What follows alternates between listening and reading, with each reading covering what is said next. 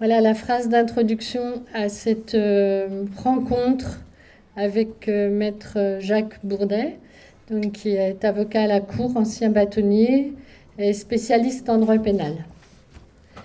Alors juste pour introduire le débat qu'on va avoir là ensemble, j'ai relevé cette citation qui me semble très intéressante. « N'écoutez pas l'opinion publique qui frappe à la porte de cette salle. Elle est une prostituée qui tire le juge par la manche.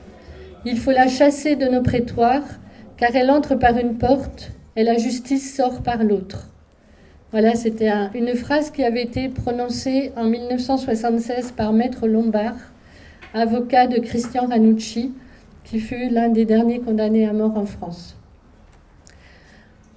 Voilà, donc on est très heureux d'accueillir Maître Jacques Bourdet. Et pour commencer, on va essayer de revenir au fondement juridique de la présomption d'innocence. D'où ça vient, comment ça a été mis en place, quelle en a été l'évolution. Bonjour. Lorsqu'un avocat est invité, il y a deux écueils à éviter. Le premier, c'est de sombrer dans l'anecdote, et le second, c'est d'être trop technique. Donc je vais essayer de ne pas tomber dans ces deux écueils, et si je le fais, vous me rappellerez à l'ordre tout à fait carrément. La justice repose sur des fictions nécessaires, mais des fictions quand même. Et parmi ces deux fictions, qui sont très opératoires, il y a un, la présomption d'innocence, et deux, la vérité judiciaire. Je ne sais pas si ça marche ton micro. Ça ne marche pas ? Si, ça marche. Et la vérité judiciaire. Et si je dis ça, c'est qu'entre nous, les avocats, on parle souvent de la présomption de culpabilité, et ceux qui ont l'habitude des prétoires en matière pénale, cour d'assises ou correctionnelle, nous disons souvent que nous avons été condamnés au bénéfice du doute. C'est-à-dire qu'il y a une inversion de la présomption d'innocence qui devient une présomption de culpabilité. Et par le biais de différents processus, le préjugé des juges, des magistrats, mais également une perversion dans les éléments de personnalité. Alors qu'en droit, aucun élément de personnalité ne peut être utilisé comme un moyen de preuve des faits reprochés, dans la pratique, la personnalité de la personne que nous défendons a une influence considérable sur l'appréciation des faits. Et c'est là une anomalie, mais malheureusement nous le constatons. Alors très brièvement, au point de vue technique, cette présomption d'innocence est reprise dans l'article préliminaire du Code de procédure pénale. Elle est aussi partie intégrante de la jurisprudence européenne et de la Convention européenne de défense des droits de l'homme. Il faut savoir qu'il y a la hiérarchie des normes, c'est les traités internationaux et ont une valeur supérieure à la loi nationale. C'est quelque chose qu'il faut souligner parce que s'il y a une progression effective du droit de la défense en France, c'est grâce à l'Europe. C'est un des côtés positifs de l'Europe. Deuxième observation très brève sur la phrase de Lombard qui a été citée. Elle m'intéresse à un double titre. Elle est très belle, elle est exacte, mais ça pose la question, je vais vous l'expression un peu brutale, faut-il plaider con ou faut-il plaider intelligent ? Et tous les confrères qui sont plaidés à la cour d'assises, il faut trouver ce juste équilibre entre une formulation exacte, trouver le mot exact, ne pas sombrer dans l'intellectualisme et ne pas sombrer dans la démagogie. Et c'est extrêmement difficile. C'est extrêmement difficile parce qu'on constate peut-être une évolution, mais peut-être certains seront en désaccord avec moi. Il y a, j'allais dire, dans les audiences pénales à l'heure actuelle, un relâchement de l'expression au profit de ce que j'appellerais un certain populisme judiciaire et juridique. C'est-à-dire que certains ont trop tendance, parce qu'ils s'adressent à des jurés, à relâcher l'expression, à faire appel non pas à l'intelligence, mais plutôt, on verra, à l'émotion ou à des sentiments plus obscurs. Voilà, mais très rapidement les observations sur ce point. D'accord, donc le thème, le cœur de cette conférence, c'est le fait qu'on assiste à une médiatisation de la justice de plus en plus sur les réseaux sociaux, sur les chaînes d'actualité immédiate, etc.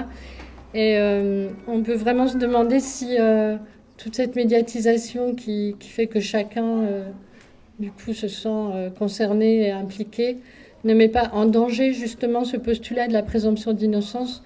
J'ai l'impression qu'on est un peu rapide à lyncher les présumés coupables. Alors, la question que je me pose, c'est qui médiatise?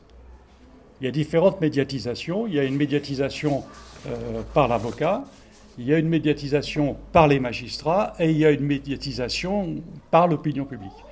Alors, c'est très difficile de répondre d'une façon ou d'une autre à votre question. Est-ce que la médiatisation met en cause la présomption d'innocence? Formellement, oui, puisqu'en prenant position avant que la décision de justice soit rendue, c'est un préjugement, donc ça met à bas la présomption d'innocence. D'un autre côté, ça peut aussi renforcer la présomption d'innocence suivant l'auteur de cette affirmation, soit positive, soit négative. J'allais dire que la médiatisation a toujours existé. On assiste maintenant à un accès plus facile aux moyens de communication, à des préjugements plus rapides. Je ne sais pas, parce qu'il n'y a pas d'instrument de mesure. On ne sait pas quelle est l'influence, notamment sur les jurés. Je pense, paradoxalement, mais là encore je peux me tromper, que l'influence des médias est plus importante sur les magistrats que sur les avocats, parce que l'avocat n'a pas à subir la médiatisation, il a choisi son camp. Donc de toute façon, ça lui est un petit peu égal. Je pense qu'effectivement, dans certains dossiers très médiatisés, il y a une pression telle sur les magistrats du siège ou du parquet, un procureur ou juge, que ça peut influencer leur décision, leur vision du dossier. Est-ce que la médiatisation influence, je prends le cas de la cour d'assises, la décision des jurés? Je n'en suis pas certain. Je n'en suis pas certain parce que, d'autre part, il y a quand même le rôle important des juges professionnels. Je vous rappelle brièvement, 3 juges professionnels, 6 jurés en appel, 3 juges professionnels, 9 jurés. Et que les échos que l'on a par les présidents de cour d'assises à l'heure actuelle, ils nous disent très souvent que, c'est un peu ambigu ce que je vais dire, les jurés sont moins malléables qu'auparavant. C'est-à-dire que peut-être que le bon côté d'Internet, de l'automatisation, les jurés ont tendance à mettre en doute la parole même des professionnels, qu'ils soient avocats d'ailleurs, qu'ils soient juges. Et que quelquefois, les présidents se plaignent, alors pareil, ambivalence, hein, ils se plaignent parce qu'ils ont moins d'influence sur les jurés, et ils se plaignent aussi parce que les jurés qui consultent l'Internet voient tout et n'importe quoi et vont raconter tout et n'importe quoi. Je ne suis pas certain... Alors, on va prendre... Quels sont les grands dossiers médiatisés?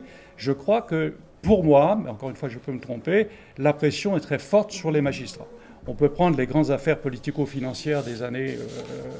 je vais me tromper, 80-90, je pense à Urbain, je pense à des dossiers comme ça, je pense à un juge d'instruction très célèbre qui a sévi à Rennes pendant des années et qui, lui, était un farouche partisan de la médiatisation. Sans sombrer de l'anecdote, à l'époque, je défendais, je suis tombé dans le travers, pardonnez-moi, mais un homme politique, député, qui était mis en examen. Et à l'époque, les procès-verbaux étaient payants. C'est-à-dire que la défense devait payer, je ne sais plus combien, par feuille.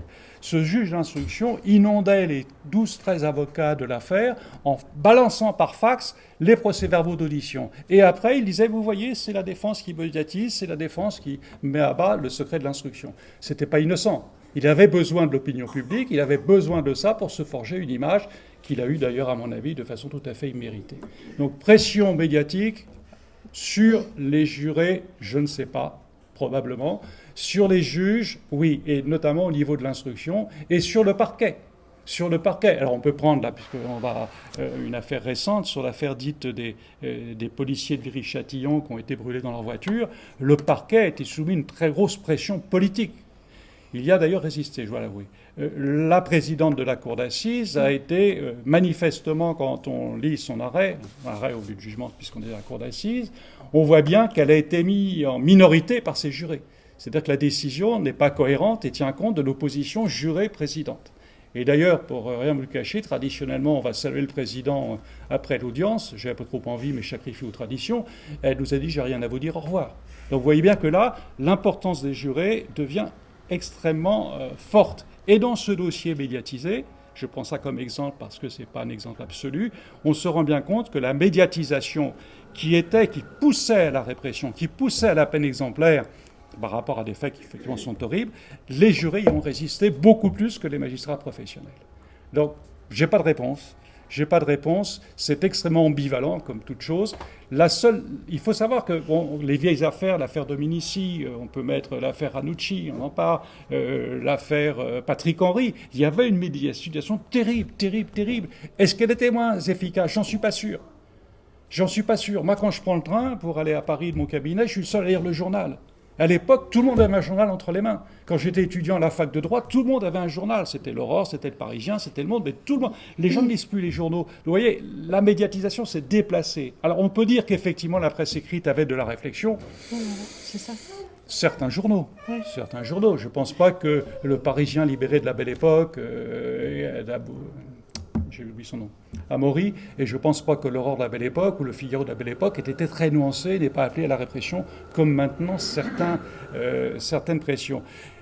Il y a aussi un deuxième élément qu'il faut bien voir, mais je crois que vous l'abordez par la suite, c'est que la place prise par la partie civile, par la victime dans le débat judiciaire, a complètement transformé les choses. Badinter disait que la partie civile était une pièce rapportée au procès. Il ne pourrait plus le dire maintenant. C'est un discours qu'on ne peut plus tenir maintenant. Donc effectivement, la médiatisation a changé de nature, mais elle a changé aussi d'origine. J'exerce depuis quelques années. On voit au fur et à mesure des années la place grandissante de la partie civile. Ceci dit, là aussi, il faut nuancer. Dans les affaires Montan-Buffet, la partie civile a largement participé à la prononciation de la peine de mort. Certains confrères se vantaient, c'est leur droit, et se revendiquaient le droit d'appuyer des réquisitions de peine de mort. C'est vrai que les réseaux sociaux, c'est un peu différent parce qu'il y a une espèce d'immédiateté, il y a une espèce de réaction viscérale qui est plus basée sur l'émotion, et c'est là-dessus que les journaux, les médias, les réseaux sociaux vont jouer. C'est sur le côté émotionnel. Et du coup, il n'y a plus de réflexion. Et j'aime bien faire référence à Anne-Cécile Robert qui a écrit un livre là-dessus sur la dictature de l'émotion, et qui explique que l'espace social et politique est transformé en empire des affects. Et on l'a vu avec MeToo, on l'a vu avec tous les procès des terroristes où l'émotion l'emporte et où il n'y a plus de réflexion derrière. Et il n'y a plus de réflexion, il n'y a plus d'analyse politique non plus. Et il y a quelque chose, à mon sens, qui est extrêmement dangereux. Et on a vu des avocats qui ont été menacés, qui ont été obligés de déménager, qui ont été obligés de changer leurs enfants d'école parce que tout d'un coup, il y avait ce tribunal populaire qui se mettait en place et qui pouvait devenir d'une violence psychologique et voire physique terrible. Alors, ce qui est difficile à mesurer, je radote, pardonnez-moi, c'est est-ce que le tribunal judiciaire l'emporte sur le tribunal médiatique l'emporte sur le tribunal judiciaire. Il n'y a pas d'instrument de mesure. Et je veux être optimiste. Vous avez raison, on est soumis à une pression considérable. Mais si on regarde le passé comme on disait autrefois, nos grands aînés, Jacques Vergès, Gisèle Halimi, à leur époque, ont été aussi menacés dans un contexte politique tout à fait différent de la guerre d'Algérie. Donc, il y a toujours eu un poids qui pèse sur les avocats. Le problème est de savoir si ce poids qui pèse sur les avocats change leur comportement, leur attitude. Je sais que le poids qui pèse sur les épaules des magistrats peut changer, là c'est vrai, leur comportement, leur attitude. Mais il y a toujours eu des pressions. Il y a toujours eu des pressions sur les avocats. Le problème n'est pas de savoir si nous subissons des pressions, le problème est de savoir si nous avons le moyen d'y résister. Or, l'avantage que nous avons sur les magistrats, c'est que nous n'avons pas de plan de carrière. Les magistrats sont certes indépendants, mais une carrière, ça se construit. Et une carrière, ça se construit aussi en tenant compte des éléments de pouvoir, de la circonstance politique, de l'environnement. C'est extrêmement délicat pour eux. La plupart résistent à ces pressions. Quelques-uns y sont sensibles. Je ne dis pas que c'est... Les confrères, c'est différent. Si on accepte des pressions, c'est soit par idéologie, mais c'est plus une pression, c'est un acquiescement, soit pour des questions économiques. Effectivement, on peut se poser la question des pressions économiques. Par exemple, les confrères qui sont avocats de compagnies d'assurance ont subi des pressions. Moi, j'ai un exemple de pression tout à fait considérable que je connais parce que c'est le bâtonnier Gisèle Mort qui a été dans l'affaire du Mediator, qui a été persécuté. Et persécuté par la presse, elle a été condamnée pour violation du secret de l'instruction alors que dans la défense des victimes du Mediator, elle n'avait fait que reprendre des éléments qui étaient déjà parus dans la presse. Elle a été condamnée par les magistrats français. Elle a été confirmée par la Cour de cassation, et ce n'est que la Cour européenne des droits de l'homme qui l'a blanchie. Mais elle est toujours condamnée pour le droit français, c'est ça qui est considérable. Et pour avoir discuté avec elle il y a quelques années, c'est quelque chose qu'elle a mal vécu, c'est un mot trop faible. C'est-à-dire qu'on ne se rend pas compte que peut subir un avocat qui est traîné, condamné, alors qu'il n'a fait que son métier et défense les intérêts de son client sans jamais transiger avec la déontologie. Ça, dans les affaires économiques, oui, il y a des pressions sur les avocats. Et ce n'est pas les affaires, si vous voulez, les plus de droit commun, d'assassinat, etc. Oui, mais les pressions, elles n'ont pas moyen de s'exercer. Parce que quelqu'un qui défend le pire des assassins, il n'y a pas d'intérêt économique derrière. Par contre, quelqu'un qui défend les victimes d'un grand labo pharmaceutique ou d'une grande société, là, il y a des enjeux économiques. Et là, le confrère est effectivement subi à des pressions. Je pensais aussi au cas de la dame là, qui avait tué son mari. Là, il y a eu, je pense que ça a influencé sur le jugement final. Non, mais là, il y a eu un téléfilm là, on va aussi tomber, de on va fait, tomber un peu dans la technique, mais très brièvement sur Madame Sauvage, c'est ça? Oui, voilà. C'est une décision. Voilà une dame qui va tuer son mari parce que le mari l'a maltraité, etc. Mais non pas au cours d'une scène de violence, mais de façon réfléchie, puisqu'elle prend une arme, elle le tue, etc. etc. Je ne connais pas le dossier, donc c'est très difficile de se prononcer sur un truc qu'on ne connaît pas, mais il semblerait que le bonhomme ait eu des attitudes équivoques avec ses filles, si ma mémoire est bonne, et que la dame en question a pris le fusil bien après. Bon, on ne peut pas parler de légitime défense. On peut comprendre son geste, mais on ne peut pas acquitter quelqu'un sur la légitime défense, les postes proportionnés, contemporaines, etc. Bon, les avocats de la dame en question ont fait le choix de plaider la légitime défense. C'était une impasse. On ne peut pas tordre le cou au droit. En ce moment, si vous voulez, on assiste à quelque chose là qui est tout à fait pernicieux, auquel participent d'ailleurs des confrères, et c'est l'affaire de Madame Halimi, qui a été tuée, et auquel on dit c'est forcément un crime antisémite, et il est forcément pas fou parce qu'il est antisémite. C'est tordre le cou au droit. Heureusement quand même que la cour d'assises se réfère au droit. Si le droit ne convient pas, il faut le changer.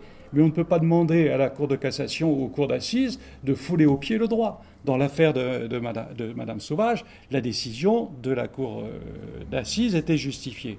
Après, dans le quantum, dans ces cas-là, on condamne avec sursis. Il faut savoir quand même que la peine encourue, c'est la perpétuité. La peine minimum, c'est 2 mois d'emprisonnement avec sursis éventuellement. Donc l'échelle des peines, c'est large. Hein. Au lieu de plaider, je ne critique pas les confrères, je ne suis pas dans le dossier, je ne le connais pas. Au lieu de plaider en étant à coup sûr de se faire avoir la légitime défense, il fallait prévoir effectivement une peine minimum assortie du sursis total pour bien signifier que oui, juridiquement, elle était coupable et qu'humainement, il n'y avait pas à la punir de façon exemplaire. Mais ça, il faut aussi se méfier de ce qu'on appelait autrefois, qui a été très bien théorisé par Jacques Vergès, les défenses de rupture. Mais après, il faut s'aimer la défense de rupture. Je veux dire qu'on ne peut pas faire ce choix-là en étant étonné du résultat. Et là, c'est effectivement toute cette ambiguïté-là qui... Mais bon, moi, je ne peux pas vous dire plus avant, je ne connais pas le dossier de Madame Sauvage, donc je ne sais pas. Moi, je trouve que, en tout cas, en ce qui concerne le dossier Halimi, il y a un article du Code pénal qui, effectivement, l'abolition du discernement, ça existe. Il y a une espèce de retour du balancier où maintenant la folie n'existe plus. Ouais. Et on a tendance à juger les fous. Et ce qu'il faut savoir quand même, parce que c'est important, que les nouvelles dispositions, je ne rentre pas dans le détail technique, permettent de juger quelqu'un qui est déclaré pénalement irresponsable pour cause, autrefois on disait de démence, maintenant on disait abolition du discernement. Qu'est-ce qui se passe? À la fin de l'instruction, parce que pour les crimes, l'instruction est obligatoire, à la fin de l'instruction, il y a effectivement une décision qui précise que la personne, il y a des charges suffisantes pour le renvoyer devant la cour d'assises, mais elle ne sera pas renvoyée car son discernement est aboli. Dans ces cas-là, le dossier est renvoyé à la cour d'appel et non pas à la cour d'assises, une formation spéciale qu'on appelle la chambre de l'instruction. Et la chambre de l'instruction va convoquer le mis en examen, la partie civile, la défense et les experts psychiatres. Et moi, j'étais contre cette disposition parce que je me disais, c'est aberrant, on juge les dingos, à quoi ça... Et maintenant, je n'allais pas dire un farouche partisan parce que je ne suis pas farouche ni partisan, mais c'est extrêmement intéressant, cette audience. Car vous avez un aspect pédagogique qui n'existe peut-être pas assez dans la cour d'assises, là, qui est extraordinaire. Le bonhomme est là, je dis le bonhomme ou la bonne femme d'ailleurs, elle est irresponsable parce que son discernement est aboli, mais elle s'explique. Alors, là, c'est aussi parfait. Quand vous avez des parties civiles qui sont plongées dans la peine et qu'elle voit le type délirer, ça m'est arrivé à l'audience, il y a quelque chose qui se passe, de la compréhension. Elles comprennent bien qu'on ne peut pas juger quelqu'un qui est totalement délirant et qui continue à nous raconter des balivernes invraisemblables. Vous avez un collège d'experts ou plus qui viennent dire pourquoi leur âme et conscience ils ont considéré que le discernement était aboli, et donc c'est extrêmement positif. Moi, j'ai été à la fois 2-3 fois en défense et une fois en partie civile à ces audiences de la Chambre d'instruction. Je suis revenu sur ma prévention de cette procédure. Alors, il y a des conditions. Un bon président, une bonne présidente, des bons experts et des bons avocats. Si chacun reste dans l'optique de l'affrontement, ça ne sert à rien. Mais l'expérience prouve, je ne sais pas, il y a ici quelqu'un qui est mieux placé que moi pour le dire, en province, pardon, en région, je trouve que c'est un élément positif et qu'on ne vienne plus nous dire que les gens dont le discernement a été aboli ne sont pas jugés. Si, ils sont jugés, ils sont déclarés coupables des faits reprochés, mais on ne les punit pas, parce qu'en France, heureusement, on ne punit pas les fous. Il y a quand même 30% de malades mentaux dans les prisons françaises. Alors, c'est ouais, alors ça, mais... je serais plus nuancé que vous. 30 personnes souffrant de troubles mentaux. Alors, parce que c'est toujours le partage entre la maladie mentale et le trouble mental. La prison accentue les troubles mentaux, les conditions de détention et tout. Mais on ne peut pas... Alors, si vous voulez, il y a une espèce de vase communicant. On ne peut pas mettre tous les détenus à l'hôpital psychiatrique. Et d'un autre côté, on ne peut pas mettre les gens psychiatriques en détention. Et je pense que le chiffre est des véritables pathologies mentales. Bon, on va rentrer dans le détail, mais enfin, les troubles mentaux... à bas bruit, il y en a pas mal dans la population libre aussi. Hein. Donc, des détenus qui posent problème psychiatrique en détention, oui, il y en a. Il y en a, mais certainement pas 30%. Enfin, je vous dis ça, il n'y a pas de mesure non plus. Mais je n'ai pas les statistiques sur les abolitions du discernement. J'observe qu'après une période où on ne l'avait plus du tout, il y a eu vraiment une époque de temps où on ignorait tout. Maintenant, il y a quand même une appréciation non pas du trouble mental, hein, mais de l'abolition du discernement qui est plus pertinente, et on voit quand même, on voit quand même des experts prendre la responsabilité. Ceci dit, il ne faut pas oublier non plus que ce n'est pas l'expert psychiatre qui emporte la décision, c'est soit le juge d'instruction et ensuite la chambre de l'instruction à la cour d'appel, soit si le bonhomme est renvoyé, il arrive quelquefois, enfin j'ai eu un exemple, bon, il n'y en a pas souvent, que la cour d'assises, bien que le bonhomme était déclaré responsable de ses actes avec une altération, donc une petite nuance de discernement, il a été déclaré irresponsable par la cour d'assises. Les expertises, théoriquement, mais là aussi c'est une fiction, hein, mais bon, c'est une fiction obligatoire, les expertises ne s'imposent pas au juge, hein, elles sont un élément d'appréciation. Dans la pratique, elles s'imposent, mais bon, c'est autre chose. Un dernier thème qu'on va aborder, puis après on vous donnera la parole, parce que c'est intéressant aussi d'avoir un petit peu votre vision des choses.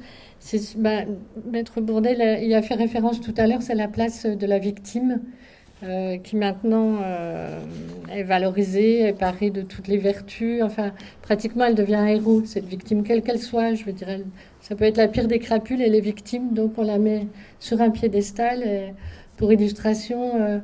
il y a toutes ces marches blanches là qu'on organise où les gens vont pleurer les uns dans les bras des autres, et ça rappelle un peu les processions du Moyen-Âge, en fait, qui n'ont derrière aucun impact, sinon pleurer avec la victime et qui ne débouchent sur rien. En fait, c'est l'anti-démarche politique, l'anti-réflexion sur des faits qui ont en fait une histoire et un aboutissement malheureux, mais qu'on aurait plus besoin d'analyser que de comme ça rajouter de l'émotion, quoi.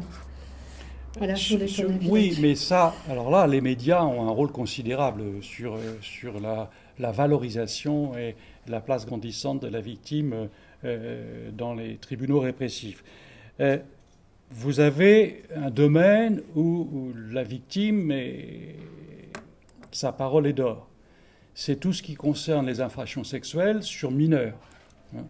Là, à tel point que Ségolène Royal, lorsqu'elle était ministre de je ne sais plus trop quoi, avait voulu faire de la parole de l'enfant une présomption irréfragable. C'est-à-dire qu'en termes techniques, une parole de l'enfant qui ne pouvait pas être combattue, qui était nécessairement, et ça revient, il faut se faire gaffe, hein, ça revient. Or, effectivement, comme il disait, je crois que c'est Zaguri ou Prosper, un des experts, qu'est-ce que quelqu'un de crédible ? C'est un gros mot maintenant depuis l'affaire Outreau. Mais on ne dit plus crédibilité, on dit que pas de tendance à la mythomanie, la parole est cohérente. En réalité, quelqu'un de crédible, c'est simplement quelqu'un qui sait quand il ment et quand il dit la vérité. C'est tout. C'est tout. C'est ça la crédibilité. Alors, pendant des années, on nous disait que l'enfant ne pouvait pas mentir. Premier élément, il y a des enfants qui peuvent mentir, j'espère pour eux. Et deuxièmement, un mensonge d'un enfant n'est pas perçu par lui comme un mensonge d'adulte. Un enfant construit un monde imaginaire, etc., etc. Et il y a eu des phases différentes. Moi, quand j'ai commencé dans la profession, l'avocat de la partie civile le faisait de temps en temps. Si l'accusé nie les faits, il est logique que l'avocat de la partie civile contribue à la démonstration de la culpabilité, mais sans se substituer au ministère public, au procureur. Et maintenant, on a une évolution où les avocats de partie civile sont des procureurs bis, c'est-à-dire qu'ils bouffent la nourriture du ministère public et qui, le pauvre, quand il prend la parole, pratiquement tout a été dit. Moi, j'ai vu, il y a récemment contre moi, un avocat de partie civile, dans l'affaire des policiers de Viry, quantifier la peine minimum qu'il fallait leur infliger. Donc on a, si vous voulez, une survalorisation de le rôle de la partie civile par les avocats eux-mêmes. Alors économiquement, on connaît la recette. Certains confrères vont fonder des associations des victimes de machin. Il y avait autrefois les victimes de Saint-Laurent-du-Pont là, dans l'incendie du 5-7. Et il faut être honnête, c'est une source de clientèle. Bon. Mais il y a aussi des avocats qui, sans avoir de considération économique, prennent fait et cause, n'ont plus aucune distance avec leurs clients. Alors, on parlait des viols sur mineurs et des viols en général. Là, pourquoi, effectivement, ce sont dans les affaires sexuelles que les accusés, la proportion d'accusés qui reconnaissent les faits est moindre. Il faut savoir que je n'ai pas de proportion, mais bon, la plupart d'affaires d'assises criminelles, une très grande proportion reconnaissent les faits. Hein. Mais en matière sexuelle, c'est différent. Pourquoi ? Parce qu'effectivement, en général, il n'y a pas de témoin direct de l'acte. Mais ce que disait un procureur que j'aimais bien, Cazot Charles, qui d'ailleurs était au ministère de Royal, mais était un peu plus raisonnable qu'elle, elle disait, c'est pas la parole de l'un contre la parole de l'autre. Et je vais vous dire, ça semble une lapalissade, mais ce n'en est pas une. C'est la qualité de la parole de l'un contre la qualité de la parole de l'autre. Il n'y a pas d'égalité des paroles. Hein. Il ne s'agit pas de tirer au sort. Mais quand vous avez un accusé qui va raconter n'importe quoi et puis une victime qui va être cohérente et tranquille, et vice-versa, quand vous avez une victime qui se contredit, qui dit tout. Alors, vous savez, c'est très facile maintenant, quand on veut tirer la couverture à soi. Si une victime se contredit, c'est parce que c'est l'influence du traumatisme. Donc, effectivement, on peut en tirer. Maintenant, chacun et chacune d'entre vous ici, en ayant lu la presse, peut se dire un jour victime d'un viol et décrire les syndromes post-traumatiques. Difficulté d'endormissement, appréhension lorsque je croise un homme, etc., bouleversement dans les rapports sexuels. Vous vous construisez une petite truc comme ça et vous allez porter plainte. C'est schématique ce que je vous dis, mais ça arrive. Il faut savoir que notamment les plaintes, alors c'est minime, mais les fausses plaintes en matière de viol, notamment et d'inceste, sont déposées dans le cadre des divorces. Parce que c'est un des moyens pour des gens malhonnêtes, en général la femme et ça peut être l'homme, de récupérer la garde des enfants, l'autorité parentale exclusive, en disant le père ou la mère s'est livré à des attouchements. Et c'est extrêmement pernicieux, et comme la justice ouvre le parapluie, vous vous retrouvez pendant des mois ou des années avec un père ou une mère qui ne voit pas ses enfants, avec un droit de visite, ce qu'on appelle médiatisé. Alors ça, c'est un très beau mot, le droit de visite médiatisé. Vous voyez votre gamin une fois par mois, 1 heure en présence d'un tiers. Voilà, c'est parfait. Donc vous voyez, c'est la place de la partie civile, elle est peut-être aussi parce que très souvent les parties civiles vous disent on n'a parlé que de l'accusé, on n'a pas parlé de notre fille, de notre fils qui a été assassiné. Oui, mais ce qui se joue principalement, c'est le sort de l'accusé. Peut-être qu'il fallait un rééquilibrage. Et je crois que maintenant, les présidents et présidentes d'assises ont bien rééquilibré. Moi, j'ai connu une époque où la partie civile n'avait pratiquement pas la parole. Maintenant, c'est relativement équilibré. Mais c'est vrai aussi que lorsque nous assistons des parties civiles devant le juge d'instruction, la loi leur impose, enfin leur conseille d'entendre des parties civiles. On a un mal fou à les faire entendre. C'est vrai, en général, pour faire entendre des parties civiles, c'est la croix et la bannière. Hein. Mais à l'audience pénale, oui, là, il y a un rééquilibrage qui est maintenant presque un déséquilibre. Sur les marches blanches, quand on regarde derrière politiquement ce qui s'y déroule, il ne faut pas être naïf non plus. Il y a tous les partis politiques, dont un qui est un spécialiste de la sécurité et qui instrumentalise la peine des ayants droit des victimes, qui instrumentalise un peu tout le monde et qui est partie prenante dans ces marches blanches. Alors, bien un mouvement spontané qui est très encouragé par les médias. Puis il faut être clair, vous mettez une caméra de télévision devant un magistrat, un avocat, et vous entendez les pires conneries, excusez-moi, mais bon, la télé, c'est vraiment... C'est passer à la télé. Je vais vous donner un exemple, pardon pour l'anecdote. Vous êtes dans la salle des pas perdus, vous ne plaidez pas l'affaire d'assises en question. Et vous êtes filmé par inadvertance, le lendemain, les clients vous appellent, « Maître, je vous ai vu à la télévision. » Ah bon ? Oui, mais c'est bien. Mais c'est un tel mythe, la télé, que maintenant, le bon avocat, c'est celui qui passe à la télé.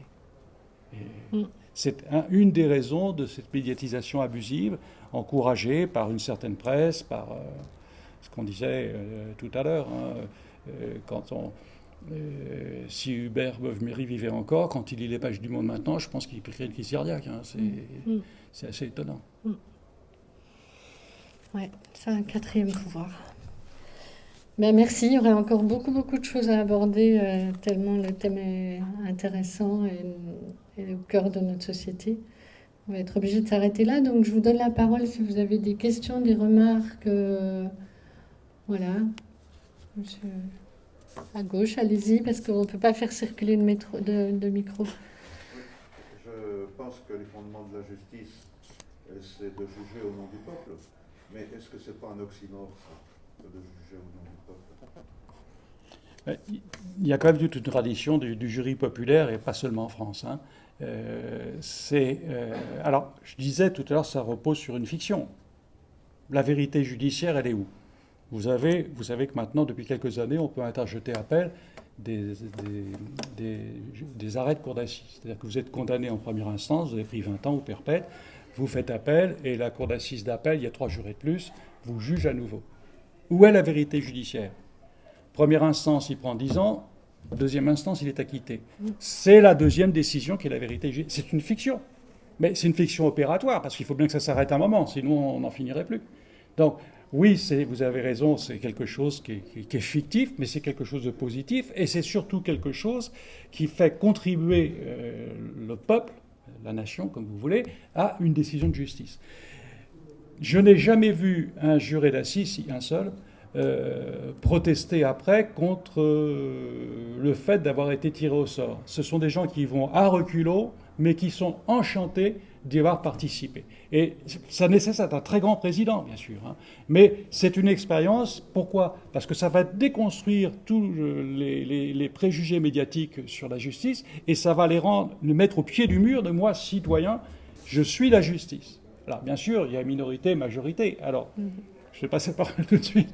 Mais il faut savoir, par exemple, qu'en première instance, j'ai encore me trompé dans l'arithmétique, 6 plus 3, ça fait 9, et vous avez 6 jurés.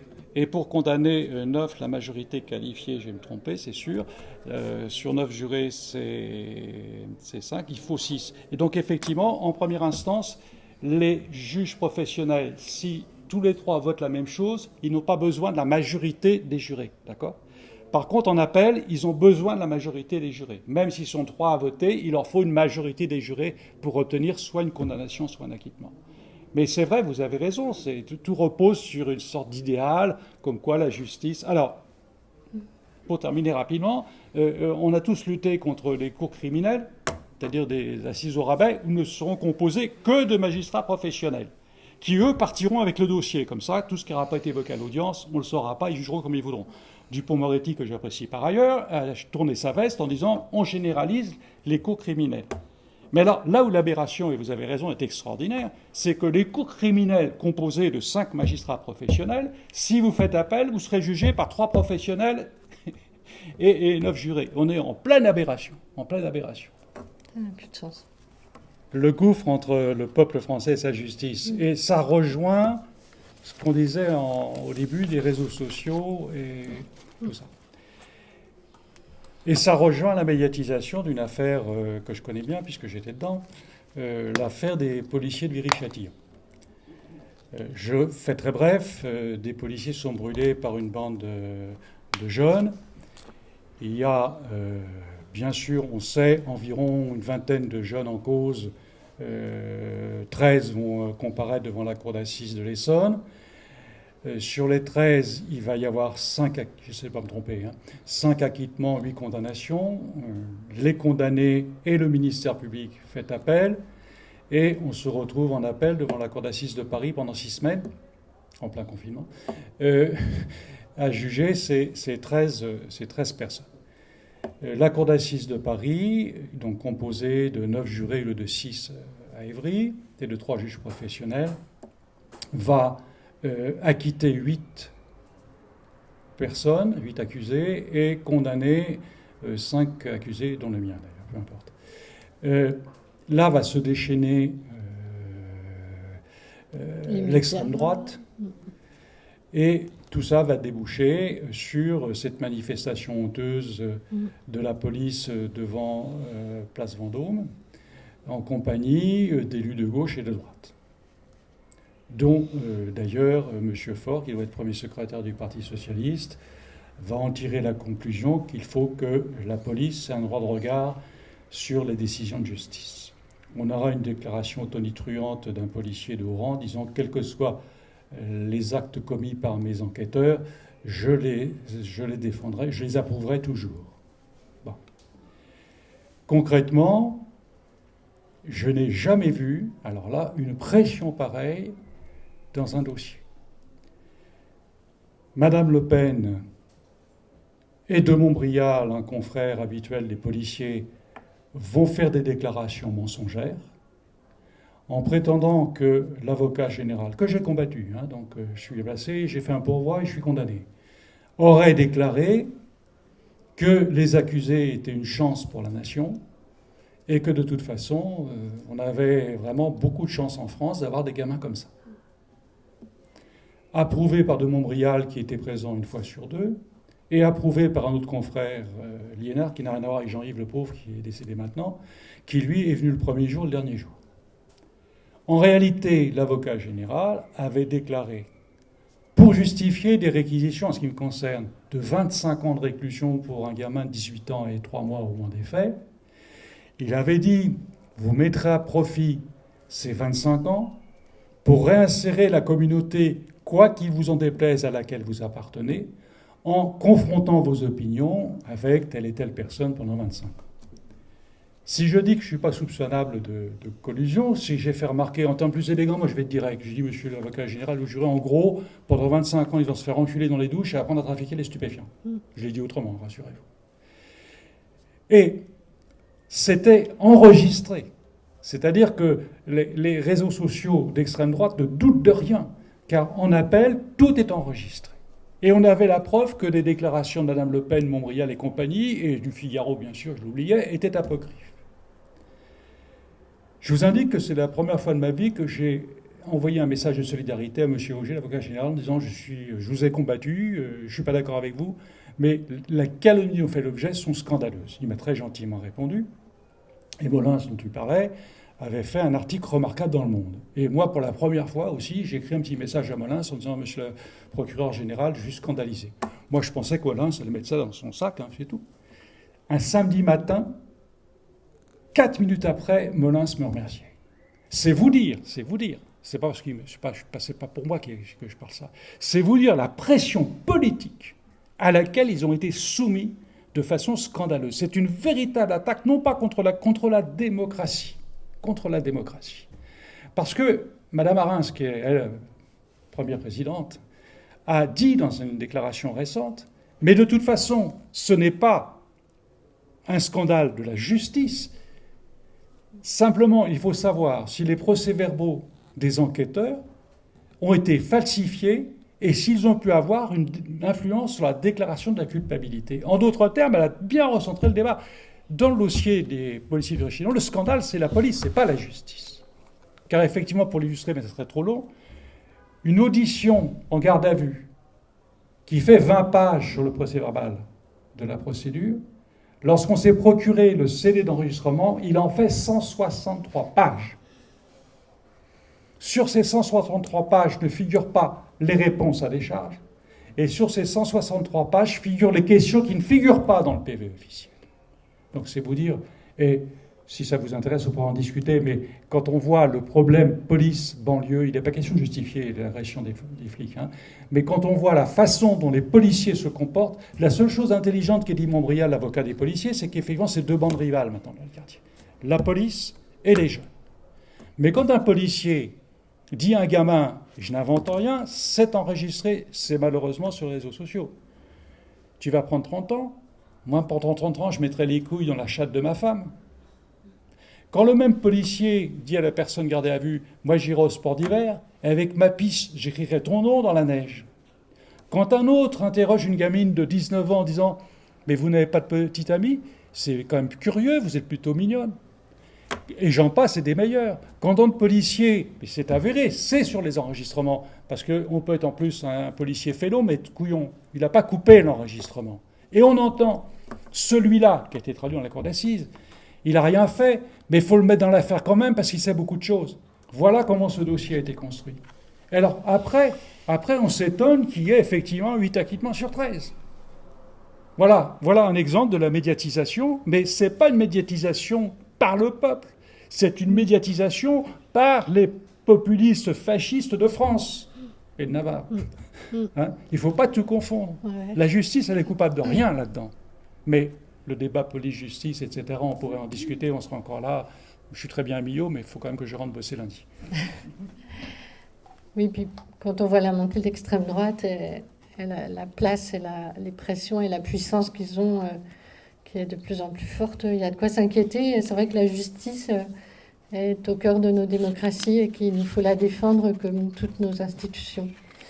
Voilà, mais je remercie... Je veux pour terminer que le vrai scandale, c'est un scandale que le Rassemblement, enfin le Front National, c'est la même chose, se soit comporté comme ça. Mais un scandale plus important, c'est qu'aucun démocrate de droite, de gauche, du centre modéré n'ait répondu à cette attaque contre la démocratie et foncé bille en tête, sauf quelques expressions remarquables, à aller faire les cons pour conspuer, entre parenthèses, Dupond-Moretti qui était dans son ministère.